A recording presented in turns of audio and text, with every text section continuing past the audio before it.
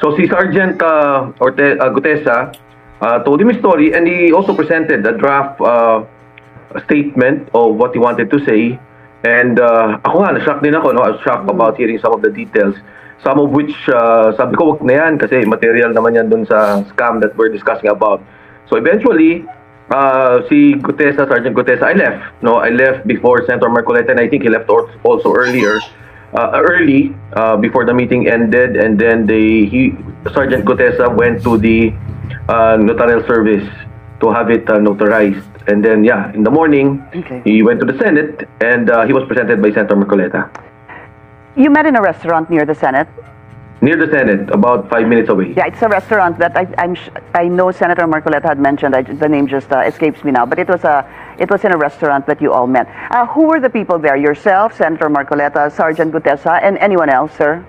Yeah, there was someone else there, but I really don't want to reveal their names anymore. There are soldier friends, and I think it's best because they really don't want to be involved in the issue. The same way, you know, Pinky, I'm also a private person. I don't want to get involved in the political issues, but I felt, you know, this is something that we should really, you know, if there's truth to it, it should be revealed. This is for the country. This is a situation we're in now. The corruption crisis is really affecting all of us. It's an open secret in Congress. A lot of people know it. Even the banks know about it. And I think it's time that we really address this issue. And I think the things that he pointed out, the carrying of money 3 times a week, you know, coming from Congress and, you know, being delivered, this is really appalling for me. Your common friend, the one that introduced you or served as a bridge to Sergeant Gutesa, obviously, you don't want to name the common friend. Sabi mo nga, ayaw mo nang magdagdag pa ng individuals dito, hindi ho ba? Would that be correct, sir? Yes. Si common friend. Okay. Yeah. Si common friend po is a friend that you truly trust. Malapit ho ba siya talaga sa inyo? Just give me a little bit of a little description or how close you are to this common friend, just to be able to kind of put the pieces together with Sergeant Gutesa, sir. If the question, if it's political, wala, nothing. It's not political.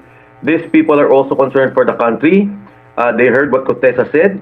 And the other people with Gutesa, I believe, no, from what I heard, will also come out and will reveal also what they know.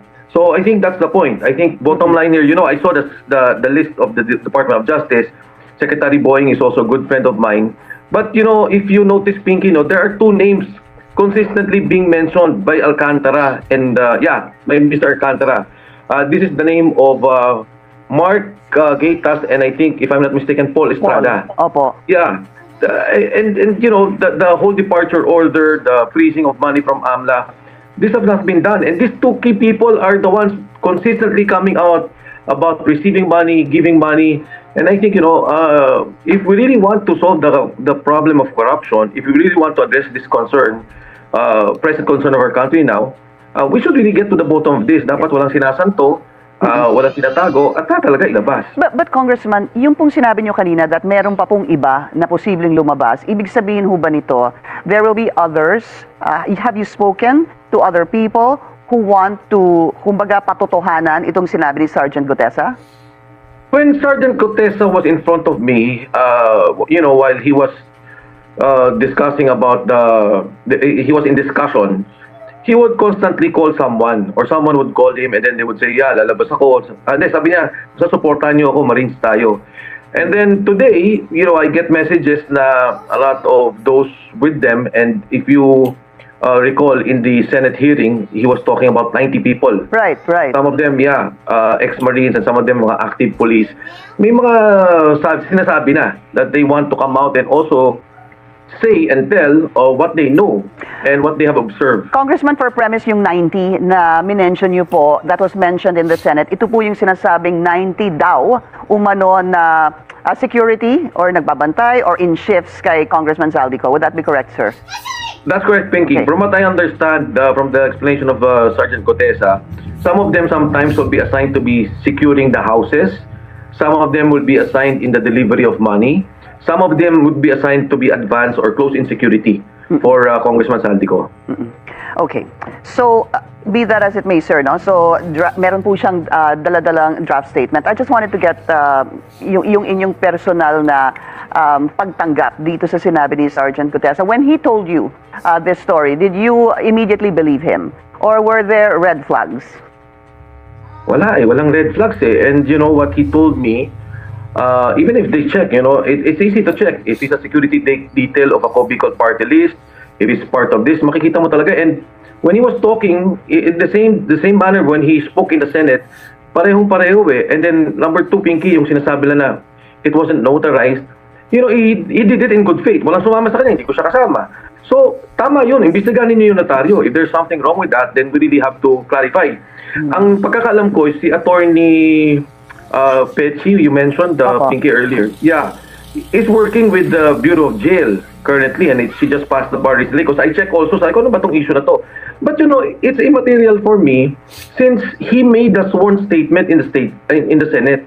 He made a statement under oath, which carries also the weight of evidence in a legal proceeding. Whether may mali yung notaryo, he signed it, he presented it to the Senate, and then he verbalized what he said. That's enough, no? That's evidence. But Congressman, if you're in the Senate and then you say, I have a prepared affidavit that is signed and notarized, dapat ho lahat yon ay in good faith. Dapat lahat yon ay tama. Dapat yung sinabi mo ay katotohanan. Dapat po yung nag-sign na notaryo ay talagang signature po ng notaryo. Hindi ho ba? That's correct. No, actually, yung principle ng pag-notarize, di ba, is that you're making it a public document. And then you take an oath in front of the officer, the notarizing officer. Now, I ask you, Pinky, pag ikaw ba nagbenta ng lupa and nagpa-notarize ba, alam mo ba kung yung taong kausap mo, i-deny ka later on or siya talaga yung tao? Di ba, you're doing it in good faith, technically. Sorry, sir, are you saying that the lawyer really signed this and then is now saying that she actually didn't? Oh, yes. Ahead, sir. Because you know what? He went to that office. He had it notarized. So he was doing it in good faith. Now, assuming niloko siya or scammer yun, I don't know. But he went to the Senate and he said the same statements. So as an evidence, giving it legal weight is already there. Yung issue nila doon, I think it's rightly sued. The thing that we have to discuss with Sergeant Gutesa is, totoo ba yung nagbigay ka kay Mark at saka kay Paul ng pera? Totoo ba linggo-linggo nagdi-deliver kayo 3 times a week? I think these are the issues that have to be addressed. Yeah, but those are also the questions asked during the Senate hearing. If of Exactly. course, hindi ho ba? Pero ang problema ho kasi dito, which dinala nyo na po yung conversation is, well, first is, ito ngang sinasabi ni lawyer na ganito po. Ang sabi niya, and I quote, I categorically deny notarizing, signing, or participating in the preparation of the said document. The signature and notarial details attributed to me are falsified and unauthorized. Ibig sabihin po, yung signature ni attorney dyan, hindi siya ang gumawa. Yung yung sinasabing pag-prepare nitong affidavit, wala po siya dyan. Yung kanyang pag-participate doon sa preparation of the document, yung pag-sign, sinasabi na niya po, I categorically deny. So then now, it should be investigated. She should be investigated. As far as Gutesa's statement is concerned, it is legal. Kung dinideny niya yun, doesn't matter. Legal yung statement ni Gutesa. What he said during the Senate hearing has legal weight. It can be as evidence. Walang pinagkaiba yung ninotarize doon sa statement niya because he read the same thing. So, if people are saying mali yun, hindi notarized, doesn't matter. What is that legal basis ngayon? Kung imbestigahan nila, good. They should investigate that lawyer. They should investigate what happened. So, Congressman, basically, kayo po ay naniniwala na si Gutesa ay talagang nagpunta dito kay attorney at pinatutuhanan po yung kanyang affidavit at si attorney po ay talagang nag-sign doon sa kanyang sinumpaang salaysay at ninotaryo po ito. Gutesa, is Gutesa telling you na talagang ginawa niya yon at doon siya talaga nagpunta kay attorney Pichi Rosas Espiras? Yes, Pinky, the truth is, walang motive si Gutesa na manloko ng notaryo. Kasi yung sinabi naman niya sa Senate is the same. Yeah, There's no motive on the part of Sergeant Gutesa to fake a notarized document because he said it the same. It's not perjurious on his part because it was in good faith. Now, as to the lawyer and to that office, they should investigate. Why is she backtracking now? Why is she saying now that that didn't happen, that Gutesa didn't go to their office? Just going back to what you said, na wala hong, I forget the exact word you said, walang... The motive. No walang motive. motibo si Gutesa na magsinungaling, hindi ho ba? Ang tanong ko po, ano po ang magiging motibo ni attorney na siya naman po ang magsinungaling? Pwede siyang tinakot. Pwede siyang sinabihan na sabihin mo, hindi totoo yan. Because, you know, that's the only way they can discredit this person. That's the only way they can, you know, bring down the statements he delivered to the Senate, to the Blue Ribbon Committee. So, which is, sabi nga ng mga lawyers, I've been seeing a lot of comments in social media. Yeah. But it doesn't matter. I mean, what he said was already there. He went there in good faith. In fact, hindi nga kailangan niya magpa-notarize eh.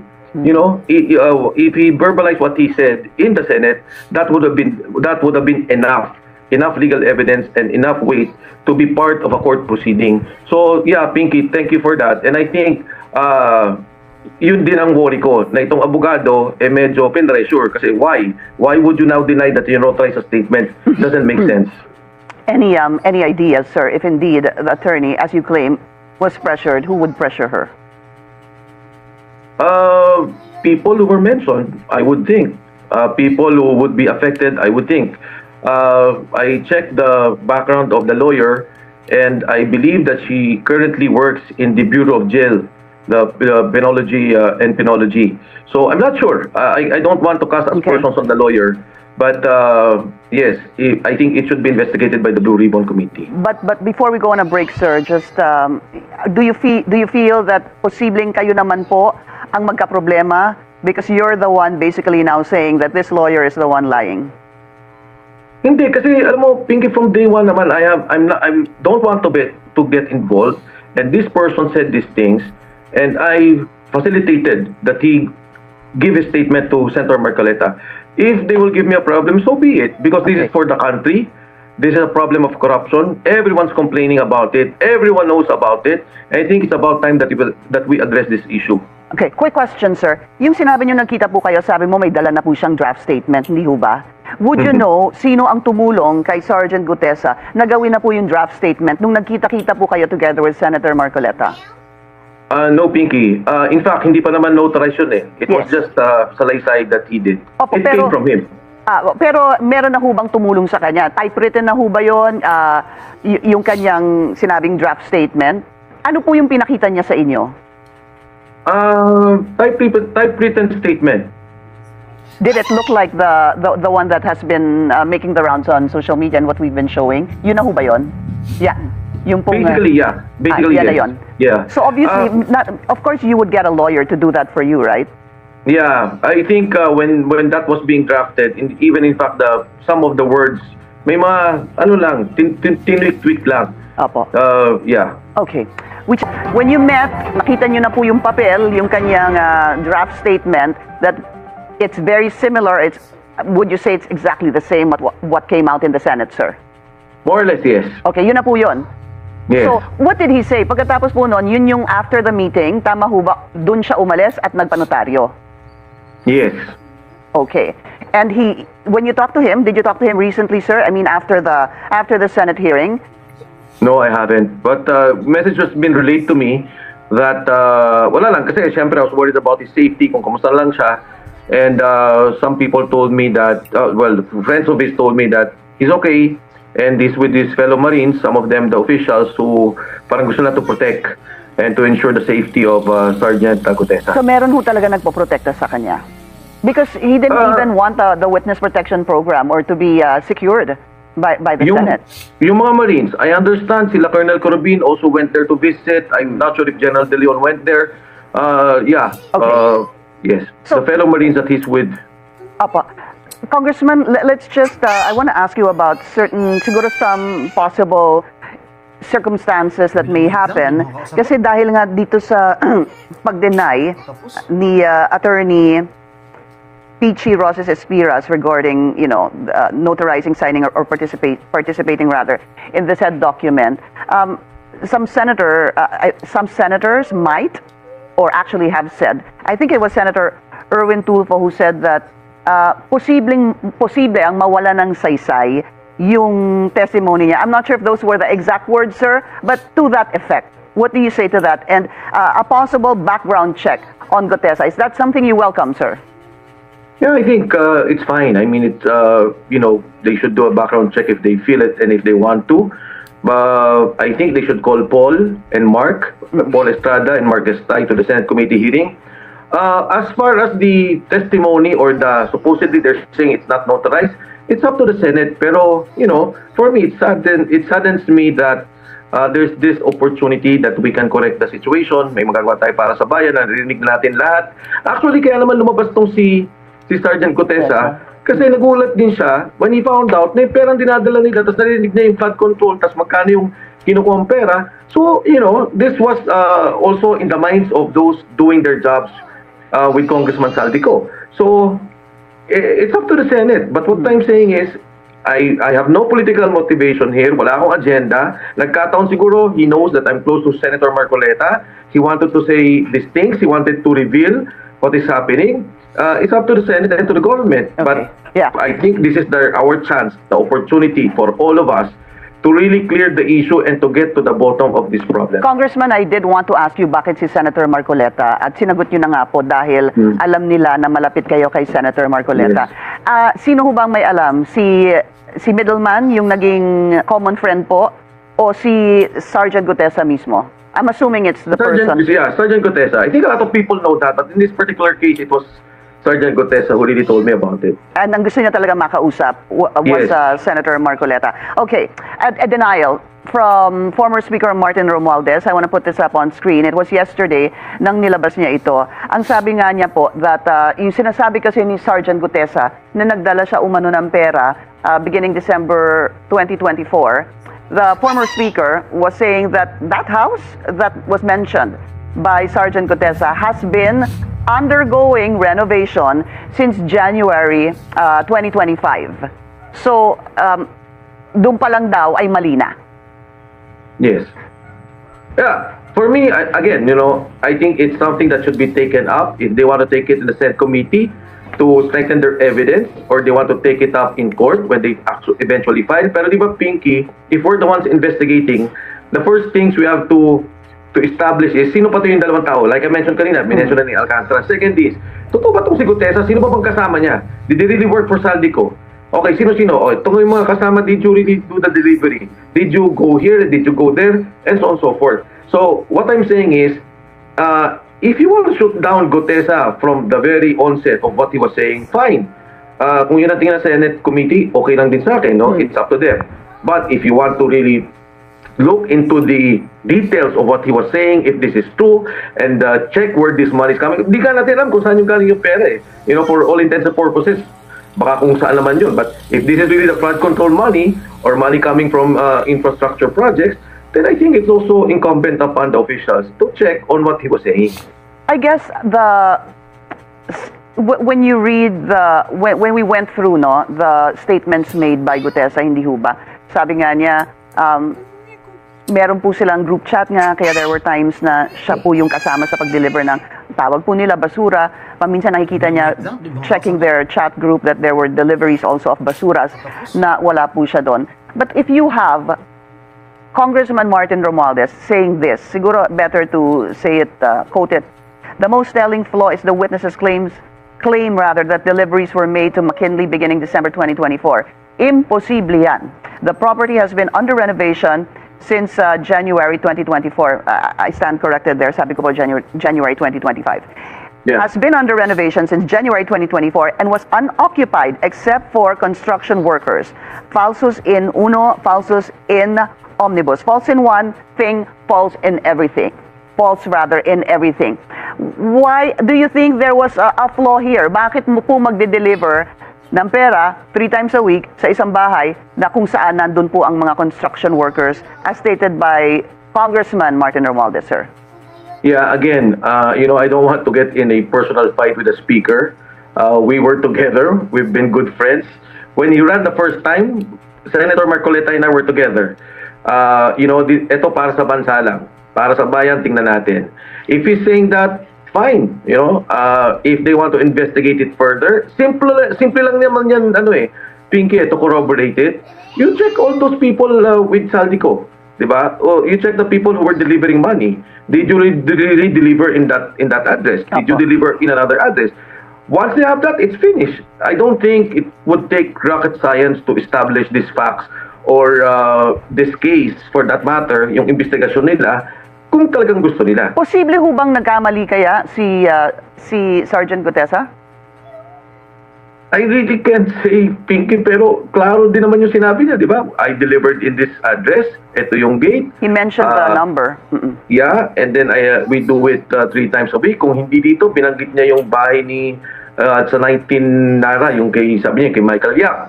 So, again, Okay. if they just exchange words, we really can't tell. Okay. But for me, if I was investigating it, I don't need to be a police, an NBI, nor to be a senator or congressman. Papatawag ko lang yung mga kasama doon sa trabaho and ask them, is this really true? You already have your facts. One last question, sir. Is there anyone else? Have you spoken to anyone else that is willing to corroborate the statement of Sergeant Gutesa?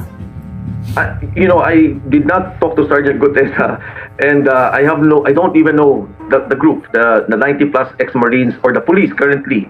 But there are messages to me by some former military officers, some friends, who are telling me, yeah, they heard that some people will be coming out. Former Congressman Mike Defensor, sir, thank you so much for your time. Thank you, Pinky.